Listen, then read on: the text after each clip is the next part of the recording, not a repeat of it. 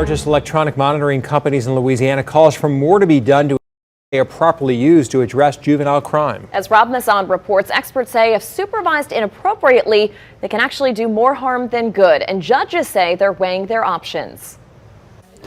That's people on ankle monitor calling a text line. At ASAP Release Monitoring in Mid-City, the phone rings constantly. They must enroll with our enforcement text line. ASAP monitors more than 300 offenders who've been released from jail using electronic monitors, but all are adults. I think with what limited space we have in all of our jails, if we use it wisely, we can make sure that the right juveniles are in jail and the right juveniles are out of jail. ASAP has stayed away from the juvenile justice system because they say judges frequently show too much leniency and are not held accountable due to juvenile justice secrecy laws. How are you going to solve it in juvenile court? Until you guys can see what's happening, you're not. And that's our biggest problem right now. Matt Dennis wants the New Orleans City Council to adopt new standards for the use of electronic monitors in the juvenile system, similar to those being used in Baton Rouge.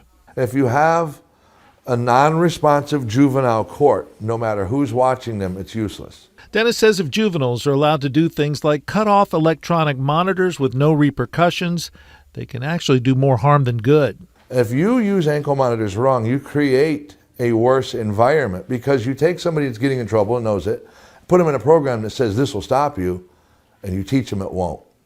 And that's a disaster. This is not the first time that ASAP Release has appealed to the city in an effort to try and make the juvenile justice system more accountable.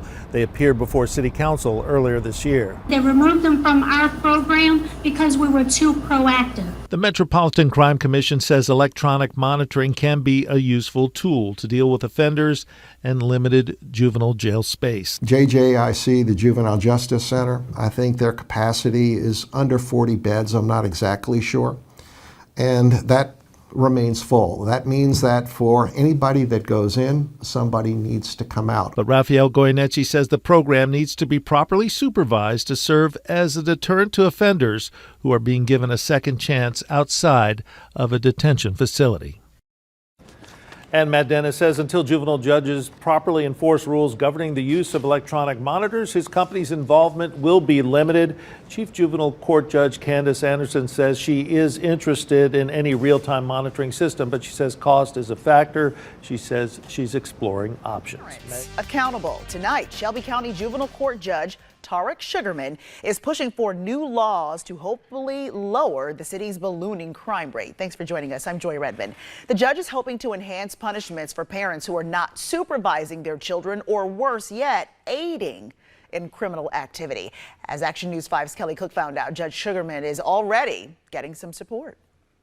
The thousands of cars that have been stolen in the past year in Memphis, many of the thieves are juveniles. Shelby County Juvenile Court Judge Tarik Sugarmon says in some cases, not only are there parents who may know what's going on, but there are adults encouraging the crime.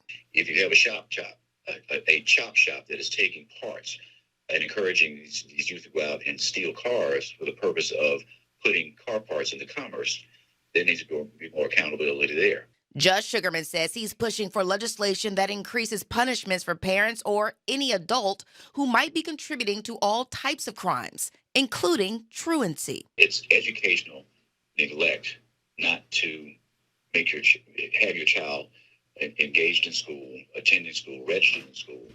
And we're going to look more closely at those in ways we can hold the parent responsible, be it in fines or referrals to the district attorney's office for further action. In that regard, I would be reaching out to Senator Taylor to help with legislation. That is something I would like very much to work with Judge Sugarmon on.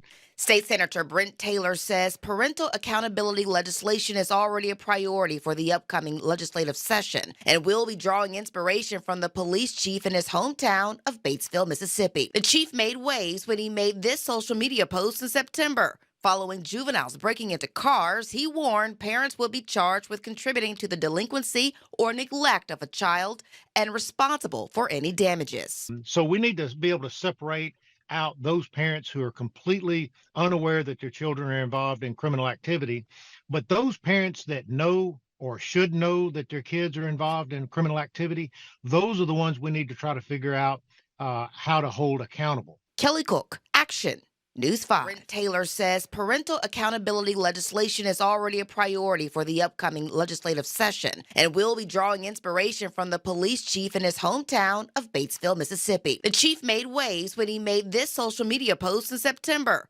Following juveniles breaking into cars, he warned parents would be charged with contributing to the delinquency or neglect of a child and responsible for any damages. So we need to be able to separate out those parents who are completely unaware that their children are involved in criminal activity.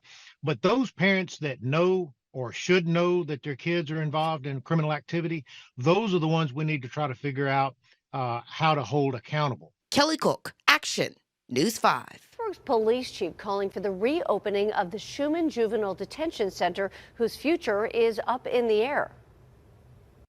Without available beds, we know that this juvenile is a serious threat to the health and well-being of every member of our community, and yet we cannot place them in a facility to mitigate that harm.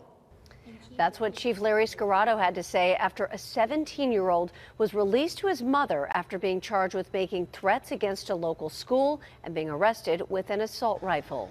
The chief sat down with KDKA lead investigator Andy Sheehan. It's 2 years and counting since the closing of the Schumann Center. More than 300 juveniles arrested for serious crimes, most involving guns and felony violence, have been released into the custody of their parents because of the lack of juvenile detention beds in the region. Because there's no definable location to hold them accountable for their actions, they become a tremendous danger to themselves and to our community. Chief Larry Scarrato says police are tired of spinning their wheels, arresting and rearresting the same juveniles time and again. Scarrato was buoyed by an expectation Schumann would be reopening in January under the private contractor Adelphi. But county council has filed suit with some members saying the county should run the center. As a result, Schumann's reopening is now in doubt. I don't care who runs it. That's not for me to determine. All I can tell you is we need it. And we needed it a year ago. We needed it 2 years ago. Without Schumann, magistrates order serious offenders to wear electronic monitoring bracelets on their ankles. But according to statistics provided by the Allegheny County courts, those bracelets don't stay there. Last year, 210 juveniles on electronic monitors went AWOL, meaning they cut the bracelets off or let the batteries die. Through September of this year, 182 did the same. A total of 392 juveniles went AWOL over those past 21 months. Electric monitoring is a joke to some of our young people. In September, 15-year-old Mohammed Hussein was shot and killed in Allentown with an electronic bracelet on his ankle. Weeks before, police say Hussein had been on the scene of a double homicide of 2 Woodland Hill High School students in Braddock. He's the perfect example where detention is necessary. The county courts say Hussein is one of 6 juvenile homicide victims whose lives may have been saved had they been placed in Schumann. And Scarrato argues that removing juveniles from the street for a time keeps them and the community safe while they get the counseling that may turn their lives around. Detention is meant to be an opportunity for intervention. And in that intervention, that you have the ability to impact young people whose lives are going in a direction that's not favorable to society. Now again, there is a hearing scheduled for next week on the county council's suit. Chief Scarrato is hopeful for a quick resolution so Schumann can reopen as expected. Reporting in the newsroom, Andy Sheehan, KDKA. In juvenile hall at 9, there wasn't I just was super scared. Nearly 2 decades later, this man is opening up only to the NBC4i team about abuse he says he experienced while in juvenile detention. I didn't really know what was happening. I just knew that my pants were down and it was just all super fast. The 28-year-old man who did not want to be identified tells us he was sexually abused by a San Bernardino County probation officer while in a county juvenile facility when he was only 10 years old. I purposely tried to not get up at night after that, not just so that I could avoid seeing him. Were you scared? Yeah, honestly, I was mad more than anything. At the time, I was super, super mad just because I felt like I could have done something to, protect myself, but looking back, I couldn't. He is now suing the county of San Bernardino, one of 4 people on this complaint, alleging sexual harassment, sexual assault, and negligence. There's a lot of people out there that are starting to sort of rip the scab off their wounds and start dealing with the real ramifications of what they dealt with since they were really small. Doug Roshan is the man's attorney. We've learned through our processes that this kind of harm doesn't just dissipate. It actually gets worse and it festers to a point where it affects the quality of their life. Roshan says he represents more than 1,000 people who say they were abused while spending time in juvenile detention facilities across the state, most of his clients from LA County. There is a first discussion with the judge for purposes of resolving these cases potentially that's coming up in December. So is it fair to say that there's discussions to resolve these cases, did not take them further, like to any trial? Correct. County of Los Angeles has made it sort of their mission to try to do the right thing. He says he has seen the number of cases in all counties is growing as new state laws extend the statute of limitations to file claims for alleged abuse. And next year, the window of time will grow even more for future cases. In 2024, the law will change with respect to child abuse and being an alleged victim. How? What that means is if you were abused after January 1st, 2024, you will have your lifetime to be able to deal with the real understanding of what happened to you as a child and make a claim at any period of time, even beyond your 40th birthday. Do you feel like you still have some healing to do from what you said happened to you? Definitely, definitely. I'm only now realizing that there's a lot of my anger issues, a lot of things that I deal with now and that I'm dealing with now are I didn't know, but I guess they could be because of that, and I really didn't know that. The I-Team reached out to San Bernardino County about the recent complaint involving the man we spoke with. A spokesperson says they have not been served with the complaint and have not been able to review it, adding, in light of possible pending litigation, it would not be in the public's best interest for the county to share any information on this matter at this time. I don't want this to happen to no kid. This man tells us he has come forward for his daughter and any child who may find themselves in the juvenile justice system. When I was 9, I was really small, and not that size matters, but I was just tiny, and I could have been protected in so many ways that I wasn't, you know what I mean?